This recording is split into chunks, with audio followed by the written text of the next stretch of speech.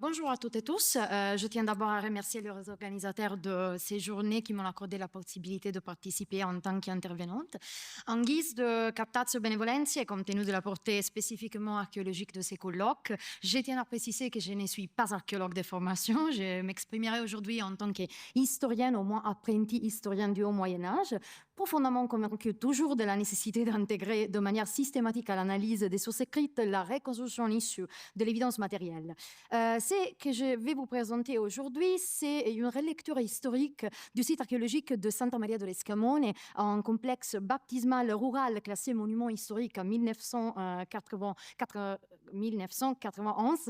et peut-être déjà assez connu de la plupart de vous, qui a fait l'objet d'une opération de sondage entre le 29 septembre et le 8 octobre 2025, réalisée par Florian Leleu par Archimine à la demande de la DRAC. Une opération visant à mettre au jour les vastes tapis de mosaïques polychromes conservés entre les murs de l'église romane pour en cerner mieux les limites et l'état sanitaire de conservation du tapis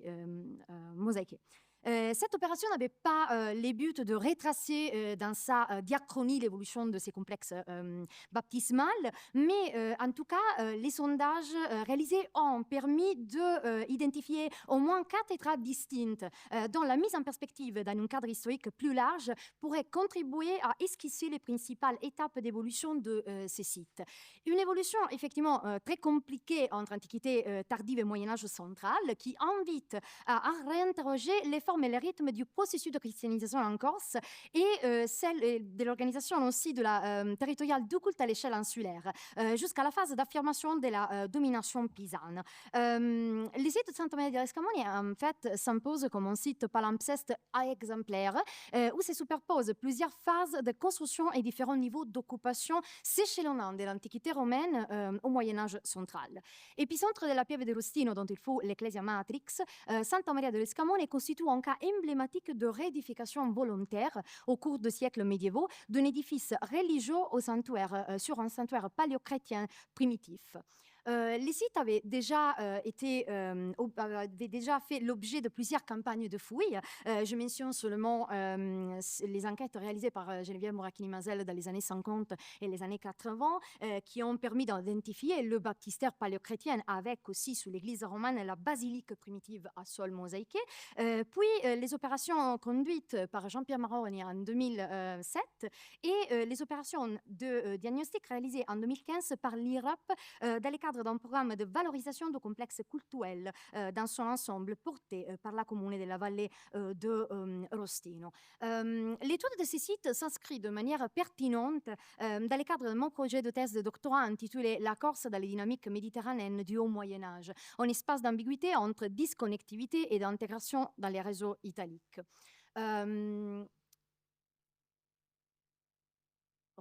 Ces projets ambitionnent de retracer le réseau des relations éventuellement maintenues entre l'île et la péninsule italienne, notamment avec l'ère toscane ligurienne, entre la seconde moitié du 7e siècle et la fin du 11e siècle. Un projet donc, qui suggère plus spécifiquement de repenser la Corse de l'époque comme un véritable espace d'ambiguïté, c'est-à-dire un espace ni totalement isolé, ni pleinement intégré, où les vides de pouvoir central et de la population n'ont pas empêché la formation d'une société locale hybride, capable d'intégrer et d'assimiler certaines traditions politico-culturelles continentales grâce à l'intermédiaire d'éléments provenant surtout de la région toscane.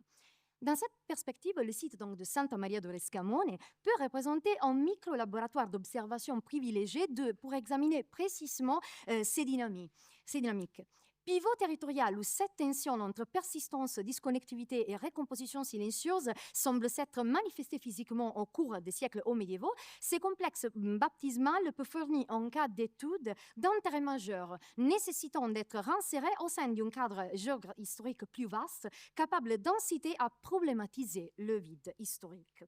Les premières attestations qu'on a d'une présence structurée à Santa Maria dell'Escamone remontent au moins à l'époque romane. Les sondages ayant en attente les niveaux stratigraphiques plus profonds dans les précédentes campagnes archéologiques ont permis de mettre en lumière d'abondantes vestiges d'époque romaine, notamment du mobilier céramique daté entre fin du XIIe et XIIIe siècle de l'ère chrétienne, des structures en pierre, apparemment un segment de murs dont la fonction n'a pas été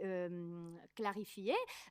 Aussi, une stèle funéraire portant une inscription, une épitaphe d'interprétation incertaine datée avant le IVe siècle. Aussi, on peut dire, plusieurs découvertes monétaires d'époque impériale, dont une monnaie de Gordien III, auxquelles il faut ajouter la persistance dans les secteurs environnants aussi de toponymes évoquant des installations antiques, comme Poggi Romani, Aspiaggia Romana et Bagni. En l'absence d'indices religieux ou votifs ou funéraires explicites, la seule hypothèse acceptable à l'heure actuelle pour expliquer cette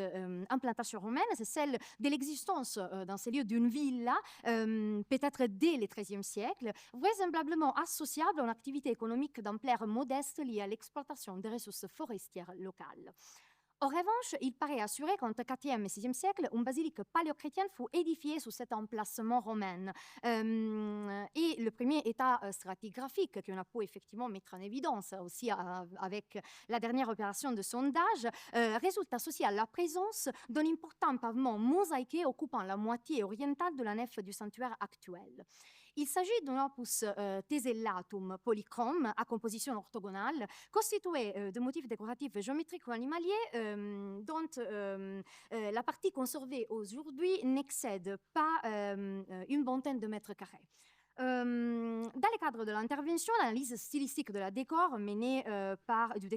menée par Christophe Laporte en collaboration avec Amina Aïcha Malek, Sophie Delbar-Bakshi et Daniel Istria a permis de rattacher le modèle iconographique de cette mosaïque, caractérisée par une belle facture dans sa partie occidentale et en revanche par une plus grande irrégularité de formation et grossièreté du dessin vers l'angle sud-oriental, à une tradition bien attestée entre la fin du IVe et le début du XVe siècle, notamment en Italie du Nord et dans le sud de la Gaule. Ce témoignage connu du pavement mosaïqué en contexte chrétien sur les territoires corses, en dehors du groupe épiscopal de Mariana, les décors de Rescamone diffèrent sensiblement de ces derniers, surtout pour sa technique d'exécution plus sommaire. En tout cas, le plan du bâtiment paléochrétien, à l'heure actuelle, différemment de l'identification stylistique de la mosaïque, demeure encore très mal connu. L'édifice était flanqué sur les côtés sud d'un baptistère à piscine cruciforme,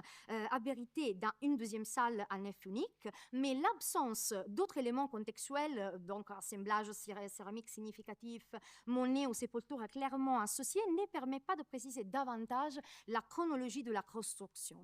En tout cas, la coexistence d'un espace basilical doté d'un pavement mosaïqué des dimensions significatives et d'exécution relativement soignée avec un bâtiment baptismal contigu constitue un marqueur fort de l'organisation ecclésiastique de la Corse antérieure avant la fin de l'Antiquité, signe de l'investissement non négligeable dans la christianisation de la région. Ça suggère évidemment l'existence d'une communauté chrétienne dont certaine importance cristallisée autour de cette cellule élémentaire de la cura animarum. La mise en place précoce, en tout cas d'un tel pôle chrétien, dans un contexte rural si reculé de l'île, soulève évidemment la question du réseau de premières implantations chrétiennes en Corse. Peut-être que exactement la relevance assumée par ces sanctuaires au sein de la région de la Haute-Castagniccia et aussi l'hypothèse de la persistance de son importance religieuse pendant les siècles, a conduit dès le XIXe siècle Monseigneur de la Foata à soutenir emphatiquement, sans aucun appui documentaire ou archéologique direct, l'hypothèse selon laquelle le sanctuaire de Santa Maria de Rescamone correspondait au complexe d'édifices religieux fait bâtir par le pape Grégoire Grand entre 596 et 1597 dans une localité de l'île encore aujourd'hui impossible à repérer sur le territoire de manière fiable. J'avais oublié de vous montrer le tapis mosaïque. Dans deux lettres datées de ces années, le pontife exprime en effet les souhaits que pro lucrandis animabus, une basilique dotée d'un baptistère soit consacrée à l'honneur des apôtres Pierre et Laurent sur un terrain appartenant à l'église romaine, in possessione quecella Scupias appellatur, situé à proximité du Mons Nigeunus. Comme l'a été bien souligné par Raimondo Turtas, qui a analysé de manière très détaillée les lettres, ces indications semblent impliquer l'existence dans les deux épîtres, l'existence d'un sectaire caractère probablement montagneux de l'île, nécessitant de la présence constante, donc clergé stable, de deux églises distinctes et remplissant des fonctions différentes. D'une part, une église baptismale située sur les monts Nigeunus, et d'autre part, une autre église, une seconde église implantée non loin de celui-ci, probablement antérieure à la première. Donc, une église plus ancienne, à partir de laquelle, peut-être, une initiale activité d'évangélisation de la région aurait pu être amenée. Face à la conjoncture troublée de la fin du XVIe siècle, marquée par une crise dramatique et profonde d'incertitude temporis, consécutive à la dissolution progressive de cadres institutionnels défensifs byzantin dans l'espace tyrrhénien, l'évêque de Rome aurait donc tenté une plus énergique reconquête pastorale de la Corse, considérée évidemment comme territoire nécessitant une intervention urgente de médiation salvatrice dans le cadre d'un plus vaste projet d'apostolat missionnaire. Il reste toutefois difficile de déterminer, il faut le dire, si cette activité d'envergure, cette action d'envergure se limita à revitaliser un christianisme de faible enracinement sur l'île, ou si elle se traduisait par une véritable politique évangélisatrice impliquant la construction ou reconstruction de complexes religieux. Les sanctuaires paléochrétiens de Santa Maria de Scamone, dans ce contexte, pourraient s'être configurés comme un centre paroissial rural, peut-être déjà existant avant l'initiative grégorienne, et probablement implanté lui aussi sur les terres appartenant à l'église romaine dans l'ère de Celle Cupie. Donc, en tant que pôle religieux desservant les populations dispersées de la région de Rostino et dépendant d'un siège épiscopal de référence de la côte orientale, donc Mariana ou Valeria. Il demeure encore impossible, il faut aussi répéter ça, d'identifier avec certitude l'emplacement de ces édifices évoqués par Grégoire le Grand. D'autant plus que, comme l'a précisé Philippe Pergola, aucun toponyme actuel ne peut être associé en Corse, ni au Mont Senigeunus, ni à Selle Cupie, ni à qu'une église ancienne, même médiévale, conserve la double dédicace à Saint-Pierre et Saint-Laurent. C'est pour ça qu'après l'hypothèse avancée par Monseigneur de la Foata, plusieurs interprétations concurrentes ont été proposées pour identifier ces lieux de culte. Donc, l'Imperani avait proposé, par exemple, de trouver ces complexes religieux dans une localité du Niolo. D'autres chercheurs ont proposé, par contre, de situer ces complexes cultuels dans une différente zone appartenant au diocèse d'Aleria, peut-être près de l'entrée de la vallée du Tavignano. Mais en tout cas, l'hypothèse la plus influente au cours du XXe siècle apparaît celle formulée par Xavier Poli en 1907, suivie par l'abbé Casanova et Geneviève Moracchini-Mazel, selon laquelle l'église grégorienne dédiée à Saint-Pierre et Saint-Laurent se situerait sur les versants orientales du mont San Petrone, au lieu di San Petrucco Daccia, dans la commune actuelle de Quercitello. Aucune trace archéologique, aussi dans ces cas, d'un établissement chrétien précédent n'y a été retrouvée. Mais cette localité de San Petrucco Daccia résulte en tout cas intéressante pour le fait que, face au silence quasi total des sources concernant Santa Maria de Scamone pendant tous les hauts Moyen-Âge, en fait, ce sanctuaire n'apparaît jamais mentionné dans les sources écrites de l'époque, et ça empêche fortement de pouvoir identifier son rôle, son statut institutionnel ou son rôle dans les hiérarchies de la christianisation, de l'organisation du culte au niveau local. Mais par rapport exactement à Santa Maria de Scamone, il y a effectivement un autre établissement pouvant être mis en relation avec la région du Rostino, utile à enquêter, à approfondir, et pour le fait qu'il est mentionné différemment de Santa Maria de Scamone dans la documentation du Haut Moyen-Âge. Il devient en fait nécessaire, dans ces cas, examiner tous les rares dossiers documentaires susceptibles de déclarer indirectement l'histoire ecclésiastique de la région dans son ensemble. Je me réfère en ce cas à une cartula dotis datée avec certitude au 754, relative à la fondation par l'épisone Valfredo d'un monastère dans la partie méridionale de la Toscane, le monastère di San Pietro a Monteverdi in Palazzuolo, qui dans la carte de fondation résulte possessionner de différents biens, parmi lesquels il est mentionné aussi un monasterio Sancti Petro in Accio, que est fundatum et constructo in iam predicta insula Corsica. Aussi, dans ce cas, un condamné archéologique ne permet pour l'instant de localiser avec certitude les monastères ou d'établir un lien direct avec les sites à la fois de San Petruccolo d'Accia en Corse ou avec les complexes de Rescamone. Seulement la découverte au sommet de San Pedrone de ruines en pierre taillée d'origine locale, appartenant apparemment à un petit oratoire, selon les investigations conduites toujours par Jean-Pierre Mannoni, inciterait plutôt à s'interroger de manière conjecturale sur la possibilité que la fondation lombarde a été potentiellement été implantée dans ces secteurs. Il s'agit en tout cas de la première et de la seule fondation monastique attestée en Corse au Moyen-Âge, il faut le dire. Une fondation monastique en tout cas abandonnée déjà avant les débuts du XIe siècle, puisqu'il n'apparaît plus dans les diplômes impériaux d'Henri II confirmant en 1014 les possessions de cet abbé de Palazzuolo à laquelle San Pietro d'Accia devait appartenir. Son souverain pourrait toutefois avoir subsisté dans la tradition locale, mais ce qui est sûr, c'est qu'en 1133, la boule Iustus Dominus d'Innocent II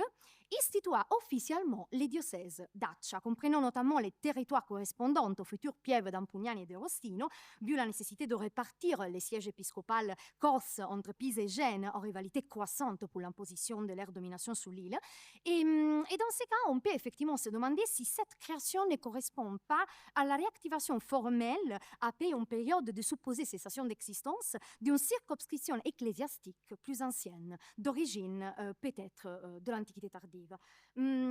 Aussi, cette hypothèse est difficile à démontrer et rien ne permet pour le moment d'attribuer la volonté d'instituer un nouveau découpage diocésain à la fois à l'époque de Grégoire le Grand ou aussi une fondation ex novo d'une diocèse d'Accia aussi pendant les siècles du Haut Moyen-Âge, comme le récit de Giovanni della Grossa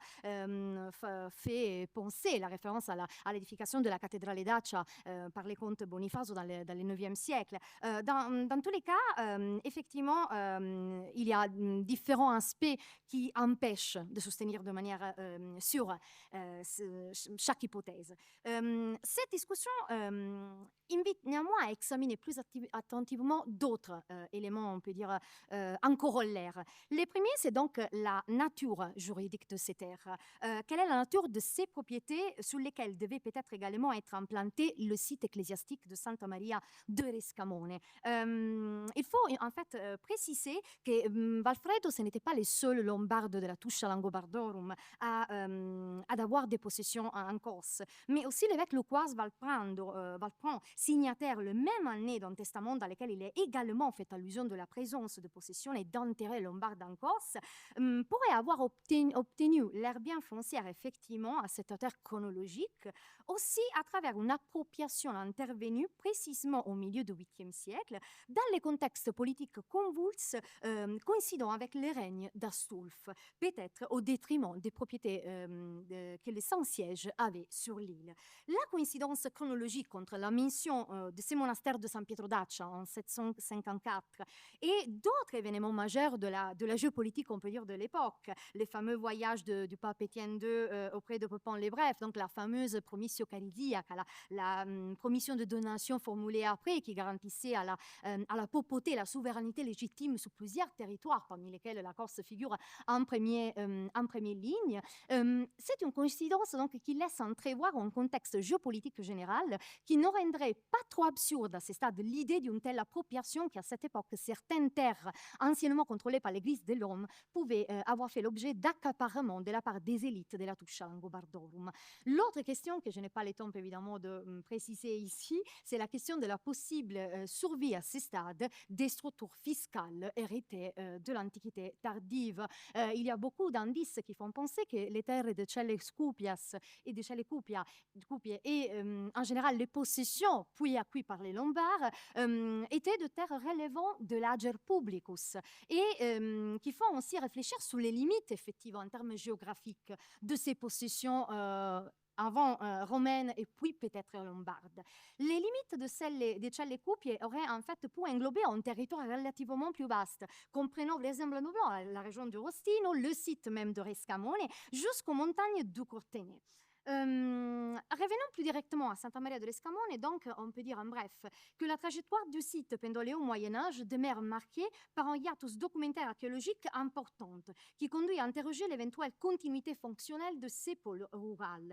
culturels ruraux. Le silence des sources ne doit cependant pas être interprété comme le preuve d'un abandon total du site, mais plutôt comme le reflet de lacunes documentaires ou des transformations des cadres ecclésiastiques. La prudence, en tout cas, merci. La prudence, en tout cas, s'impose. Les inconnus encore nombreuses impose prudence nécessaire pour l'effet que s'il y a tous d'occupation entre les sites de culte anciens paléochrétiens et l'édifice du XIIe siècle ne permet pas d'inférer automatiquement, au-delà de la longue continuité topographique, une continuité fonctionnelle ou pérennité de fréquentation de complexes religieux entre les deux phases de construction.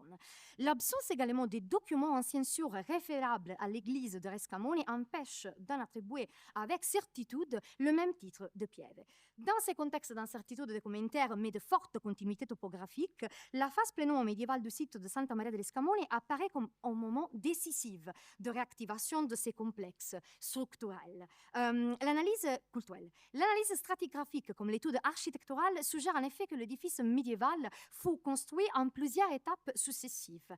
témoignant de l'importance croissante assumée par ces pôles religieux. Mais surtout, c'est important à souligner que la nouvelle construction semble en fait respecter de manière presque fidèle l'organisation spatiale du bâtiment ancien. Donc, en s'inscrivant symboliquement dans une continuité revendiquée avec le passé chrétien du lieu. Une telle explicite et significative reprise architecturale de structures d'origine illustre donc la volonté de maintenir de toute évidence la fonction religieuse du site, en perpétuant la tradition locale tout en tenant compte des évolutions des normes artistiques et architecturales survenues dans les derniers siècles. Dans ces cadres de renouvellement de l'importance de la centralité comme Pieve de la vallée de Rossino, l'église de Santa Maria delle Scamone réédifiée pourrait avoir joué un rôle particulièrement important à l'échelle régionale, remplissant peut-être temporairement la fonction de protocathédrale du diocèse d'Accia, au sein duquel il s'est trouvé inséré après son officielle institution.